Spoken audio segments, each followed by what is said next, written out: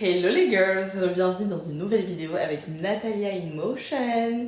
Du coup, si t'es nouvelle sur ma chaîne, moi c'est Natalia. Hey girl, hey! Du coup, n'hésite pas à liker ma vidéo, à laisser un petit commentaire et surtout à t'abonner. And welcome to the gang!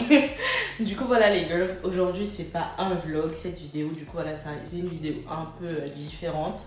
C'est une sit down and talk vidéo. Du coup, voilà, un peu différente des vlogs. Voilà, j'ai voulu me poser 2 minutes avec vous. Voilà, parler, papoter. N'hésitez pas à laisser vos avis dans les commentaires, vos opinions dans les commentaires. And let's go, grab a snack and it's on. Du coup, voilà les girls, aujourd'hui, la vidéo d'aujourd'hui, comme vous avez pu le lire en fait par le titre, c'est une vidéo qui parle de féminité, comment aller puiser, comment aller nourrir son côté féminin, comment aller puiser dans son côté féminin au quotidien et surtout en fait comment découvrir son côté féminin. En fait, toute la vidéo est vraiment basée sur ça. Les gars, je vous avoue que moi, en grandissant, j'étais pas du tout la meuf féminine que vous voyez aujourd'hui. J'étais pas du tout la hey girls, hey que vous voyez aujourd'hui. J'étais vraiment quelqu'un de très masculine. C'est-à-dire qu'en fait, j'étais vraiment un garçon manqué. Je me comparais tout le temps aux mecs, voilà. J'aimais tout le temps défier les mecs surtout et leur montrer que je pouvais tout le temps mieux faire qu'eux. Et ouais, je vous avoue, en grandissant, j'étais franchement un peu spéciale. J'étais carrément le fils de mon père. Et désolé si vous entendez du bruit, c'est qu'il pleut, ok? J'étais vraiment le fils de mon père. Et j'ai très très vite compris, voilà, à force d'être mise à l'écart, autant par les hommes que par les femmes. Enfin, entre-temps, on était des enfants, voilà. À force d'être mise à l'écart par les mecs et les filles et les garçons, voilà, j'ai très vite compris que qu'il fallait que j'apprenne à travailler sur moi-même, qu'il fallait que j'apprenne à travailler sur mon côté féminin. Juste une petite story time, voilà, quand j'étais adolescente et tout, j'ai très vite compris que ça c'était pendant ma préadolescence. Vous savez, pendant la préadolescence, les enfants, les kids, ils sont mines en fait, ils sont hyper méchants. Anyways. Du coup, voilà, pendant ma préadolescence, vous voyez cette petite phase de l'adolescence où en fait, t'as envie d'avoir un petit groupe d'amis, tu vois les copines discuter, ça chuchote, ça parle de garçons, ça parle d'intimité, ça parle de premières règles, ça parle des petits nénés qui commencent à pousser. Ensuite, voilà, ça parle des crushs, vous voyez un peu. Vous voyez un peu cette phase-là, c'était vraiment la période de l'adolescence où j'étais. Et c'était une phase dans laquelle j'ai beaucoup été mise de côté. Autant par des groupes de filles, je dirais. Parce que j'étais pas assez féminine pour être pas assez coquette, voilà. Pour partager ça, vous voyez un peu. Et autant mise de côté par les mecs parce que j'étais pas assez attractive. Bien que voilà, en étant adolescent, on parle pas vraiment d'attractivité. On parle de crush, voilà, de petits crush et tout ça. Voilà, j'étais beaucoup mise de côté par les groupes de garçons parce que j'étais pas attractive en fait. Du coup, voilà. Et c'est pendant cette période que j'ai très vite compris qu'il fallait que je travaille sur moi-même. Étant adolescent, tu comprends pas vraiment qu'il faut que tu travailles sur ta féminité. Tu captes qu'il faut que tu travailles sur ton côté féminin. Mais tu comprends que, Natalia, la manière dont tu es mise de côté par les deux groupes là, franchement, il faut que tu travailles sur toi-même. Et du coup, c'est comme ça que j'ai commencé à travailler sur mon côté coquette, être un peu plus coquette, voilà, incorporer, en même temps j'étais adolescente, voilà, incorporer du lip gloss dans ma manière de me présenter, être un peu plus féminine en fait, accessoriser mes vêtements. Dans le temps, on avait des uniformes. Quand j'étais adolescente, voilà, après aller à l'école, on avait des uniformes. J'ai étudié en Afrique, si tu sais pas. Mais bon, anyways, là n'est pas le sujet. J'ai fait une école catholique, c'était uniforme, c'était archi strict, vous voyez. Mais bon, du coup, j'ai commencé à incorporer un peu de maquillage, un peu de mascara, du parfum. En fait, tout faire pour nourrir un peu mon côté féminin, vous voyez un peu. Et ça, c'était à l'adolescence. Mais en grandissant, quand j'ai grandi, j'ai vraiment eu le déclic à l'âge de 22 ans. Non, pas 22 ans, à l'âge de 19 ans. C'est là que j'ai vraiment eu le déclic qu'il fallait que j'apprenne à être un peu plus féminine dans ma manière de me comporter, dans ma manière de réfléchir et dans ma manière d'agir en fait. Du coup voilà, on n'est pas ici pour parler de moi, on est plutôt ici pour parler de comment découvrir sa féminité, je sais, mais moi je vais vous expliquer en fait le processus qui a fait que j'en suis arrivée qui a fait que j'en suis arrivée là aujourd'hui. Et c'est très important parce que comme vous pouvez le voir, voilà, j'étais pas quelqu'un de super féminine, donc voilà quoi. En fait, c'est à force, quand j'ai grandi, j'ai très vite compris que dans ma manière d'agir, dans ma manière de parler et dans ma manière de réfléchir, en fait, si je ne travaillais pas sur moi-même, ça n'allait jamais me servir sur le long terme, ok? Parce que c'est très important, je vais vous dire, en tant que femme, c'est très important de nourrir son côté féminin, vous comprenez? Sinon, ça se manifeste par de l'agressivité inutile, par de l'agressivité, par le fait de ne pas savoir contrôler ses émotions. Jusqu'à aujourd'hui, je vous avoue, j'ai toujours un peu du mal à contrôler mes émotions. Mais bon, anyway, si ça, c'est pas la femme tout crachée, ok. Mais bon, voilà. Et j'ai très vite compris que, en fait, si je ne travaillais pas sur ces points-là, j'allais très très vite commencer à en souffrir en étant adulte, dans ma vie d'adulte, ok. Du coup, voilà. Je vais vous dire un peu comment est-ce que moi j'ai commencé à nourrir ma féminité, comment est-ce que j'ai commencé à me découvrir en tant que femme et comment est-ce que j'ai pu transitionner, parce que là, là il s'agit aussi de transition. Comment j'ai pu transitionner de jeune femme à femme aujourd'hui, ok? C'est très important. C'est très important de cultiver cette belle qualité, c'est très important de cultiver la féminité. Ça te guide en fait, ça te guide. Ça te fait savoir en fait qui tu es, où est-ce que tu vas, ce que tu aimes, ce que tu n'aimes pas, ce que tu tolères, ce que tu ne tolères pas. Et voilà, mais je vous avoue qu'on n'arrête jamais de grandir, on n'arrête jamais de se découvrir, on n'arrête jamais de travailler qui on est, ok? Du coup, voilà. En tout cas, girl, si aujourd'hui tu tombes sur ma vidéo et tu veux savoir en fait comment cultiver ta féminité, comment découvrir ta féminité, tu veux travailler un peu plus sur ton côté féminin, you're welcome, tu es exactement sur la bonne page.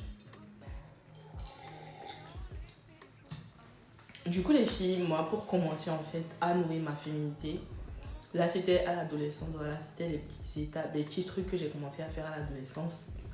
Mais à l'âge adulte, je vais vous dire ce que j'ai commencé à faire. J'ai commencé à travailler sur mon mental, dans ma manière de réfléchir, dans ma manière de parler, dans ma manière d'aborder les gens. Être un peu plus posé, en fait. Être moins agité. Et je vous dis, en fait, tout ça, tu le fais pas pour les autres, hein. Tu le fais pour toi. Tu le fais pour toi, pour que ça t'emmène loin dans la vie. Tu cultives cette belle qualité-là. C'est pas pour les autres, c'est pour toi. En tant que femme, ok? Du coup, voilà. J'ai commencé, du coup, dans mon quotidien par des trucs hyper simples. Ne plus dire de gros mots, bien que je continue d'en dire un peu, mais voilà. Ne plus dire de gros mots. Ne plus parler comme un homme, en gros. Parce que les hommes, voilà, ça dit des gros mots. Les garçons, ça dit des gros mots, voilà. Et ensuite, j'ai commencé à changer ma manière de réfléchir. Être un peu plus posé, c'est-à-dire en fait commencer à réfléchir avant de parler. Je vous avoue que en grandissant, je réfléchissais pas souvent avant de parler, je disais tout ce qui me passait par la tête. J'ai très vite compris que si je veux être la femme de mes rêves, si je veux atteindre mes objectifs dans la vie, il fallait que je commence à réfléchir avant de parler. Réfléchir avant de dire oui, réfléchir avant de dire non. Réfléchir avant de donner son avis, tout simplement réfléchir avant de parler. Donc, du coup, c'est comme ça que j'ai commencé. Ensuite, j'ai commencé ça c'est dans ma tête, consciemment, tout ce que je voulais changer. La manière dont je m'exprime, il fallait que j'ai réappris à articuler. j'ai commencé à m'éduquer, à lire, voilà, pour comprendre l'humain, pour essayer de comprendre le monde autour de moi. Beaucoup lire, beaucoup regarder des documentaires aussi. Et voilà un peu comment ça a commencé mentalement. Mais ensuite, fallait que tout ça, tout ce travail mental a aussi besoin de se manifester physiquement. C'est-à-dire en fait, le fait de commencer à vouloir nourrir ta féminité, ça commence ici, mais ensuite ça continue physiquement, ok? Donc du coup dans mon physiquement, qu'est-ce que j'ai commencé à incorporer? J'ai commencé du coup à développer une routine skincare, prendre soin de moi, prendre soin de mon corps, prendre soin de mon corps, voilà. Parce que ton corps, c'est la première des choses que les gens voient, ok? Ton physique, c'est la première des choses que les gens voient. Même si, genre, mentalement, voilà, tu es une belle personne, sache que c'est pas la première chose que les gens voient, en fait. La première des choses que les gens voient, c'est ton physique, ok? Du coup, commencer à investir sur moi physiquement. C'est-à-dire qu'en fait, j'ai commencé à aller à la gym. Je voulais que mon corps soit d'une certaine manière, voilà, commencer à aller à la gym. Ensuite, j'ai commencé, je me suis donné une skincare routine, je me suis donné des objectifs. Et dans le temps, j'avais même de l'acné. Mes objectifs, c'était de avoir une belle peau, bien hydratée, bien douce, bien unie. Et je suppose qu'aujourd'hui, c'est atteint. Et c'est toujours mon objectif aujourd'hui, hein, voilà. On arrête, comme je l'ai dit, on n'arrête jamais de se construire, on n'arrête jamais de grandir, ok? Et on n'arrête jamais de construire qui on est, en fait. Du coup, voilà. Alors, ça c'est comme ça s'est manifesté physiquement pour moi et c'est ce que je recommande aussi en fait. Fais-toi une routine, fais-toi un petit cocon dans lequel quand tu viens en fait tu peux... Trouve-toi des petits moments de détente, des petits moments où en fait tu peux te nourrir, tu peux prendre soin de toi, tu peux prendre soin de ton corps, tu peux t'apporter de l'amour en fait, tu vois. Et moi, c'est la skincare mon refuge. C'est vraiment le fait de prendre soin de moi, d'appliquer une crème qui sent super bon, d'utiliser mon gel douche préféré, d'utiliser mon gommage pour le corps préféré, de sortir de la douche, de toucher ma peau, de voir qu'elle est archi douce. Du coup, voilà, ça pour moi, c'est vraiment mes petits moments. Mais du coup, mon conseil numéro 1, voilà, pour découvrir ta féminité, investir dans ta féminité, nourrir ta féminité, c'est de commencer par te trouver une routine, une skincare routine. Je sais que nous les filles, on n'est pas toutes pareilles en fait. On n'a pas toutes envie de passer 10 000 ans à se pomader et tout ça quoi. Voilà, chacun son truc bien évidemment. Mais bon, moi je te donne juste les tips pour pouvoir t'aider à découvrir en fait quelle est cette routine là à toi qui te permet de te relaxer, de te détendre. Si c'est la lecture, si c'est le yoga, si c'est la gym, si c'est, je sais pas, aller au spa, si c'est prendre tout soin de toi comme moi, aller puiser en fait dans cette routine-là qui te permet de te retrouver en paix et en phase avec toi-même. C'est ça la féminité. Être féminine, c'est être dans la détente, c'est être dans sa bulle, c'est être dans son cocon.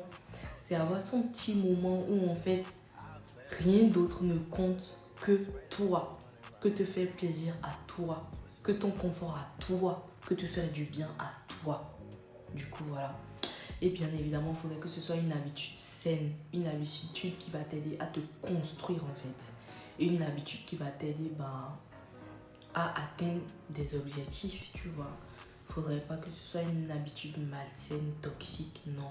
Dans ce moment-là où tu développes en fait une habitude malsaine, plutôt toxique, comme aller fumer, aller boire, voilà. Ça impacte ta féminité en fait. Tu te perds complètement, ok? Et c'est pas ce qu'on cherche ici. Du coup, voilà. Ça, c'est mon tips numéro 1. Crée-toi une routine. Crée-toi une bulle, en fait. Crée-toi une routine qui te permet de prendre soin de toi, ok? Ensuite, l'aspect numéro 2, dans lequel, franchement, j'ai commencé à puiser, en fait. Apprendre à mettre en valeur mes attributs féminins. C'est-à-dire qu'en fait, j'ai compris que nous les femmes, je sais pas si vous avez jamais entendu parler du pretty privilege. Le pretty privilege, en fait, c'est les situations où, parce que tu es jolie, les portes s'ouvrent pour toi. C'est-à-dire que parce que tu te présentes d'une certaine manière, de manière féminine, peut-être parce que tu as des courbes, peut-être parce que tu as un très beau visage, peut-être parce que tes cheveux ils sont très très bien faits. Dans certaines situations, ça t'ouvre des portes. Ok? Du coup, j'ai commencé à mettre en valeur en fait les aspects féminins propres à moi qui ont commencé à m'ouvrir des portes. Commencer à mettre en valeur des aspects physiques féminins qui peuvent t'ouvrir des portes en fait. Voilà. Et moi, ce sera mettre des robes un peu plus moulantes, un peu plus, pas forcément des robes, même des pantalons. Essayer de trouver ces vêtements-là qui mettent ton corps en valeur, voilà.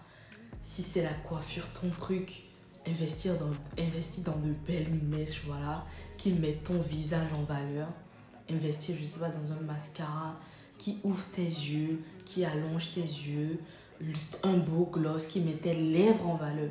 C'est-à-dire, en fait, investir ou plutôt mettre en valeur, cet aspect physique féminin là qui attire les gens vers toi et qui t'ouvre les portes dont tu as besoin. C'est-à-dire qu'en fait, et ça c'est le pretty privilege.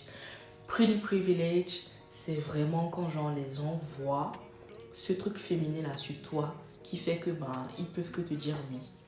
Pour certaines meufs, c'est tout le temps avoir un décolleté bien plongeant avec les seins bien à la vue de tous en fait. Pour d'autres, ce sera mettre en valeur leur courbe en fait, leur rondeur, voilà.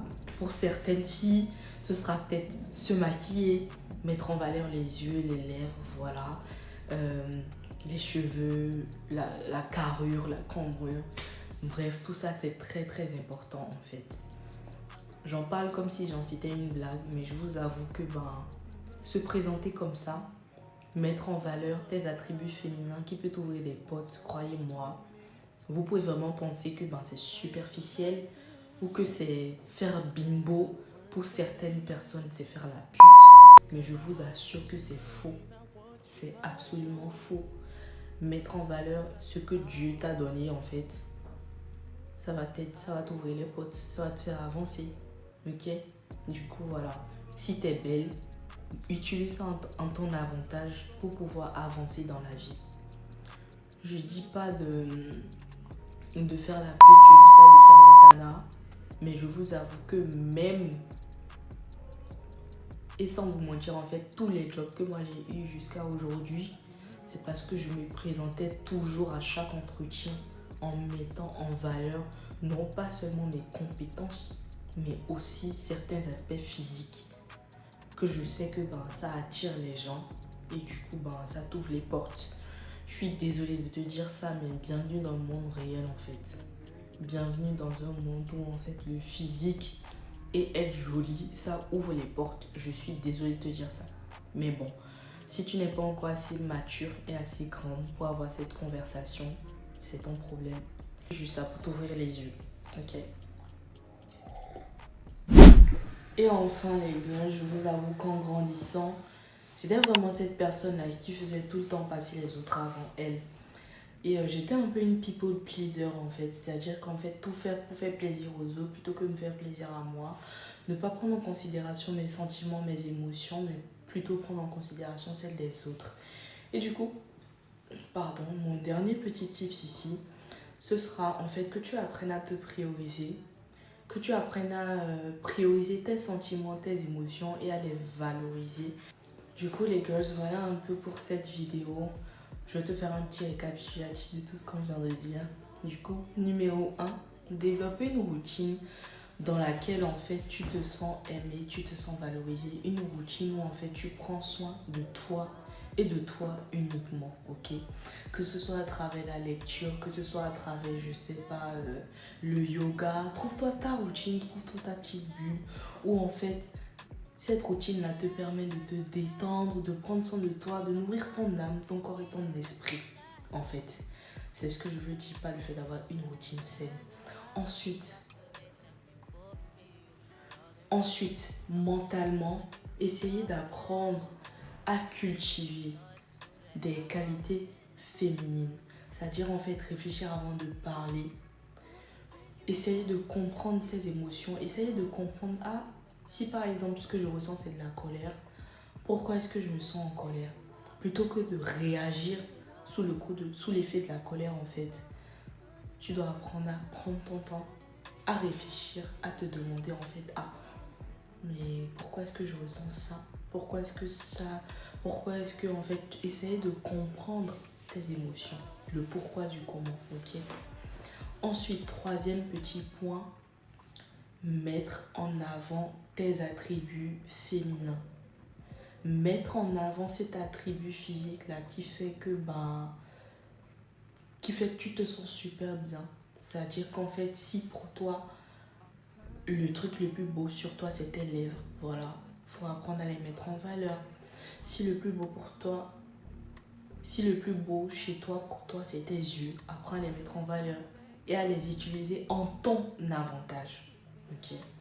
Et enfin, le dernier petit point, c'est apprendre à te prioriser dans la vie. Après, à mettre en priorité tes envies, tes émotions.